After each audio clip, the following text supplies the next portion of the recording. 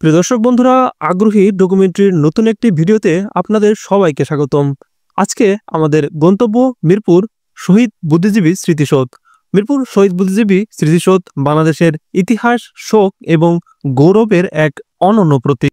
1971 সালের মুক্তিযুদ্ধের শেষ প্রহরে 14 ডিসেম্বর পাকিস্তানি সেনারা তাদের সহযোগী আল বদর ও আল শামস বাহিনী পরিকল্পিতভাবে হত্যা করেছিল জাতির সেরা শিক্ষাবিদ, চিকিৎসক, সাংবাদিক, লেখক, শিল্পী, প্রকৌশলী সহ অসংখ্য বুদ্ধিজীবীকে।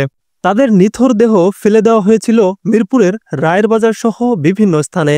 পরবর্তীতে এই স্থানগুলোতেই গড়ে ওঠে শহীদ বুদ্ধিজীবী কবরস্থান ও স্মৃতিসৌধ। 1996 সালের 14 ডিসেম্বর উদ্বোধন হওয়া এই স্মৃতিসৌধের নকশা করেছেন খ্যাতিমান স্থপতি ফজলুর রহমান খান, যিনি জাতীয় স্মৃতিসৌধের নকশাকারও ছিলেন।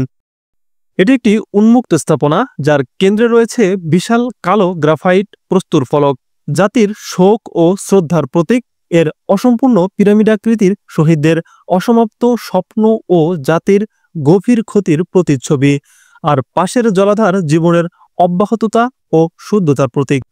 স্মৃতিসৌধের পাশে রয়েছে শহীদ বুদ্ধিজীবী কবরস্থান, যেখানে অনেক শহীদের চিরনিদ্রার ঠিকানা। এটি জাতির স্মৃতিস্থল হিসেবে সংরক্ষিত এবং প্রতিদিন সকাল 9টা থেকে বিকাল 5টা পর্যন্ত দর্শনার্থীদের জন্য খোলা।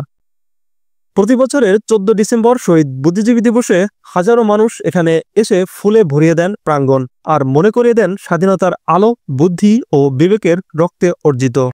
মিরপুর শহীদ বুদ্ধিজীবী স্মৃতিসৌধ একটি জাতির অমোচনীয় স্মৃতি, অটল শপথ। যতদিন বাংলাদেশ থাকবে ততদিন এই আলো নিভবে না।